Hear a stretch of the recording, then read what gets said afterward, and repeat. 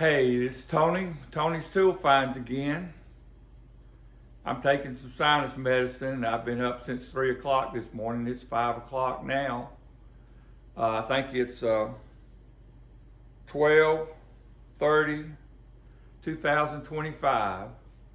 I got to looking around and wondering what I could make a video on, and I'm going to make a video on some items I got from my father-in-law. And these are items that are related to mechanics, and I hope you enjoy it. Thank you.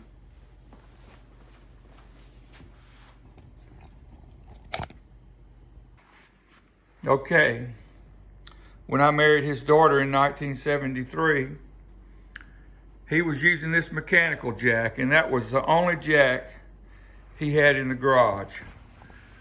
It works, and as you can see, it's gear driven. I don't know if we can see.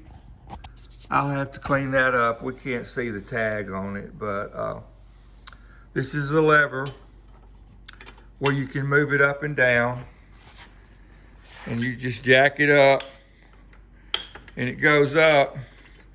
You change the lever and you have to mechanically jack it down one gear at a time. And I just love it. Now this is the scale that he had in his garage. He built a cab over camper. He was about 6'5", 6'4", and he built it for his size, and everything he put on that cab over he weighed, so he knew about what the camper weighed. But it's got all the weights with it. He probably painted it. You see these on Gunsmoke all the time. I showed you this the other day, but he had this on the door of his garage, a little tire repair tool. And above it, the cabinet didn't come from his garage, but just about everything in it came from his garage. This Holly cabinet was in his garage, and I don't know how old it is. I wish I'd have asked him about all this stuff, but you know, that didn't seem important at the time. But now up here, this little cabinet didn't come from his garage, but most of the parts in it were in his garage in boxes in these cabinets. And then I think these 3 cans came from his garage, and maybe one of the parts, 2 of the parts boxes. This cabinet came from his garage, and I use it as put my sewing stuff in. I've got an upholstery machine, and I make seat covers and other stuff for my cars and maybe my son's cars.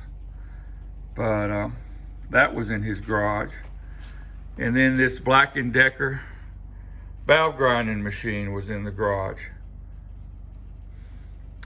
Just for fun, I'll tell you about that little well cup on it. That belonged to my mother-in-law's mother, my wife's grandmother, and that's what they dipped water out of the well with, out of the well bucket. Okay, not all these parts came from his garage, but a lot of them did. And then you got a few parts up there in that box. It's hard to see. I'm gonna see if I can go up a little bit. Can't see them.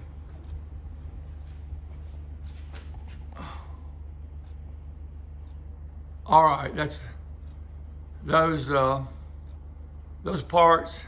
Some of those oil cans came from his garage. Those hubcaps, those 4 hubcaps there, and those hubcaps, 6 of those hubcaps there. And then that KO, let me get a better position. That KO can came from his box. Some of these oil cans, and that Gulf can came from his garage. This is a cabinet that came from his garage. I've had Alfa Romeos and I've got one MGA, and so I stuck these logos on it. But this had some stuff in it. I forget what was in it, but got 4 drawers, and I keep stuff in it. And I showed you this the other day. This, I think it's a carburetor cabinet. And that came from his garage. And down below it is something I showed you the other day. The brake shoe liner riveter. It's got a little metal pot hanging on it for melting lead. But that was used to rivet linings to brake shoes. Gonna stop on this Victor gasket set for a minute. That came from his garage.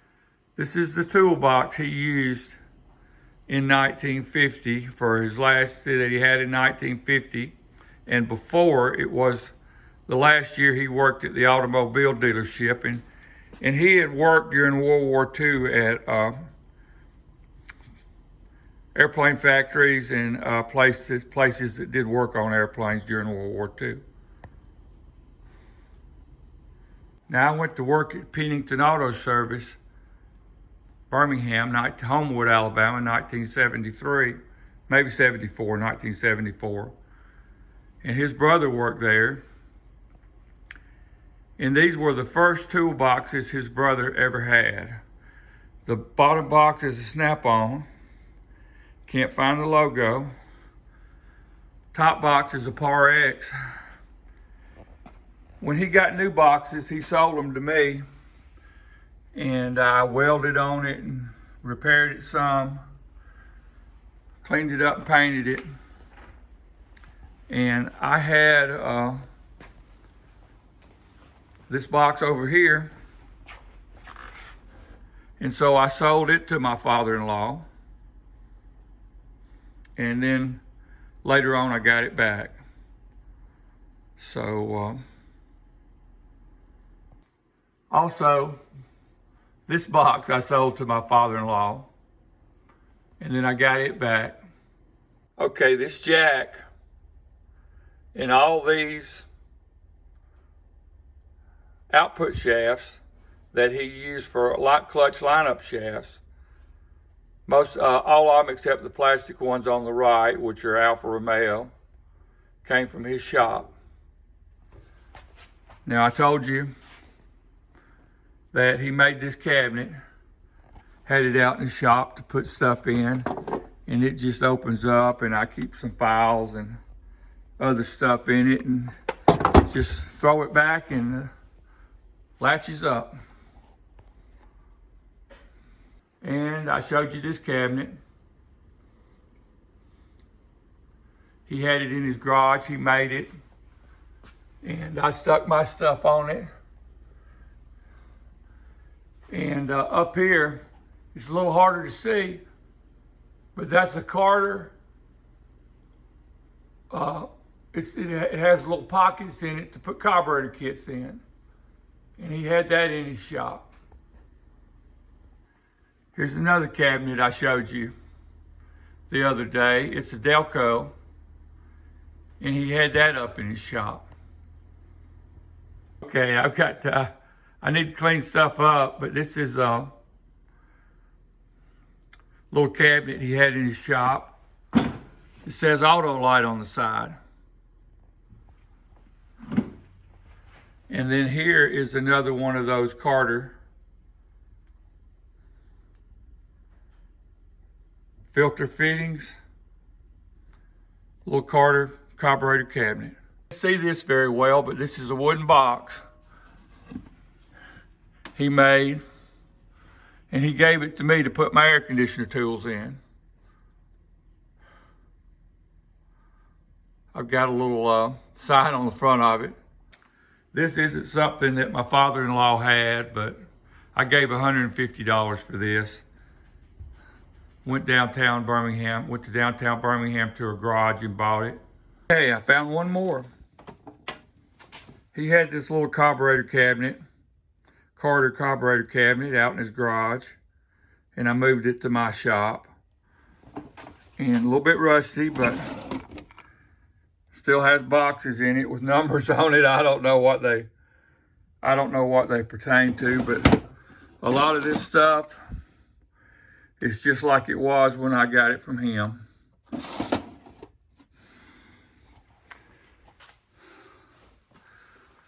This is not from my father-in-law, but I'm going to show it real quick. When I worked at Tom Williams Buick, my brother worked there for a little while, and he got this drill, and he gave it to me, and I use it every once in a while. It's got an oiler on top. The only problem is if you oil it, the oil goes straight through and slings out the bottom. So I need to see if I can reseal it one day. I gave him this little Craftsman grinder for Christmas one year. I couldn't afford to give him a grinder with the motorized grinder like this. So I gave him this, and he had a motor, and he hooked a belt to it, and that's what he used in his shop. And I set it up here, and I guess the little Craftsman logo fell off of it. I had put new bearings in it. So I'll find that.